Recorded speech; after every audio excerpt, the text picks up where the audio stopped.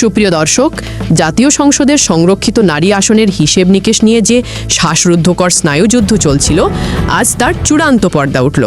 সদ্য সমাপ্ত নির্বাচনে ৬৮টি সাধারণ আসন জেতার সুবাদে আনুপাতিক হারে জামায়াতে ইসলামের ভাগে পড়েছে ১১টি সংরক্ষিত নারী আসন। কিন্তু আজ যখন এই ১১টি আসনের মধ্যে ১০ জনের নামের তালিকা রাজনৈতিক অঙ্গনে ফাঁস হলো, তখন শুধু সাধারণ মানুষ নয়, খোদ ক্ষমতাসীন দল বিএনপির হাইকমান্ডও রীতিমতো স্তব্ধ হয়ে গেছে। কেন জানেন দর্শক? কারণ এই তালিকায় এমন সব নারীদের নাম উঠে এসেছে যারা কোনো সাধারণ ইএস মেম্বার নন, বরং তারা প্রত্যেকেই উচ্চশিক্ষিত, তুখোড় পেশাজীবী এবং রাজপথের অকুতভয় যোদ্ধা। পতিত স্বৈরাচারের বিগত ১৭ বছরের চরম দুঃসময়ে যখন দলের শীর্ষ নেতাদের ফাঁসি দেওয়া হচ্ছিল, পুরুষরা যখন ঘর ছাড়া, তখন যে লড়াকু নারীরা নিজেদের জীবন বাজি রেখে দলকে টিকিয়ে রেখেছিলেন, আজ তাদেরই যোগ্য সম্মান দিয়ে সংসদে পাঠাচ্ছে জামায়াত। তালিকায় একটু চোখ বুলিয়ে দেখুন, এখানে কোনো স্বজনপ্রীতি বা তেলবাজির জায়গা হয়নি। দলের নারী উইংয়ের কাণ্ডারি নুরুন্নেসা সিদ্দিকা এবং মহিলা জামায়াতের সহকারী সেক্রেটারি জেনারেল মার্জিয়া বেগমের মতো পোর খাওয়া নেত্রীরা যেমন রয়েছেন, তেমনই আছেন অ্যাডভোকেট সাবিকুন্নাহার মুন্নি। যখন স্বৈরাচারের ভয়ে আদালতে কেউ জামায়াত নেত্রীদের পক্ষে দাঁড়াতো না, তখনই নারী আইনজীবী বুক চিতিয়ে আইনি লড়াই চালিয়ে গেছেন।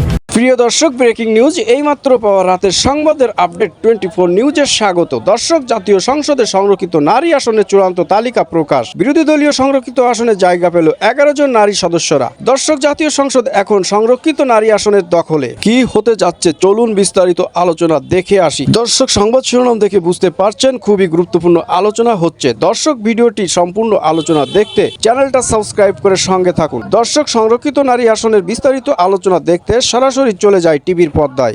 শুধু প্রথাগত রাজনীতি নয়, পেশাজীবী কোটায় সংসদে যাচ্ছেন টকশোর অত্যন্ত পরিচিত ও যুক্তিবাদী মুখ, তুখোড় প্রকৌশলী মার্দিয়া মমতাজ। এছাড়াও চট্টগ্রাম থেকে মেরিনা সুলতানা, সিলেট থেকে মাহফুজা খানম এবং বগুড়া থেকে সাজেদা সামাদের মতো ত্যাগী নেত্রীরা প্রমাণ করবেন যে জামায়াতের নারীরা কেবল ঘরে থাকেন না, আধুনিক জ্ঞান বিজ্ঞানেও তারা সমান পারদর্শী। তবে দর্শক, আসল রাজনৈতিক দাবার চালটি কিন্তু খেলা হয়েছে এনসিপি এবং অন্যান্য শরিক দলগুলোকে নিয়ে।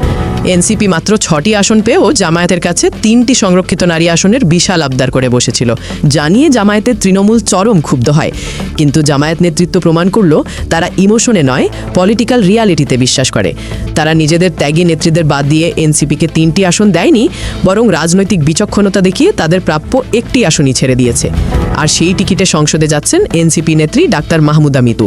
কেন তাকে বেছে নেওয়া হলো? কারণ ঝালকাঠি 1 আসনে বৃহত্তর জোটের স্বার্থে এই ডাক্তার মিতুই নিজের প্রার্থিতা প্রত্যাহার করে রাজনৈতিক ত্যাগের অনন্য দৃষ্টান্ত স্থাপন করেছিলেন।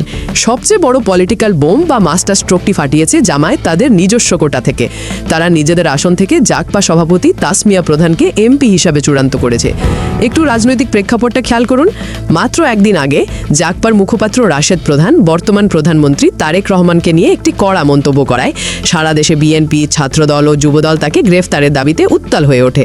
যখন বর্তমান সরকার জাকপাকে সামাজিকভাবে একঘরে করে রাজনৈতিকভাবে শেষ করে দেওয়ার নীলনকশা আঁকছে, ঠিক সেই চরম বিপদের মুহূর্তে জামায়াতে ইসলামী তাসমিয়া প্রধানকে নিজেদের কোটা থেকে এমপি বানিয়ে দিল।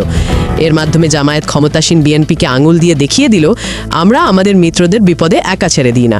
11 দলীয় জোটের ওপর কেউ যদি পেশি শক্তি দেখাতে আসে, তবে জামায়াত পাহাড়ের মতো তাদের সামনে ঢাল হয়ে দাঁড়াবে। বিএনপি চাইলেই যে ছোট দলগুলোকে গিলে খেতে পারবে না, এই আসন বণ্টনই তার সবচেয়ে বড় এবং কড়া রাজনৈতিক বার্তা। এখন পুরো দেশের চোখ ওই বাকি থাকা 11 নম্বর আসনটির দিকে। কে আসছেন সেখানে? কোনো নতুন চমক, নাকি ঢাকা বিশ্ববিদ্যালয়ের তুখোড় শিক্ষিকা সেহরিন আমিন মোনামির মতো কোনো ফায়ার ব্র্যান্ড মুখ?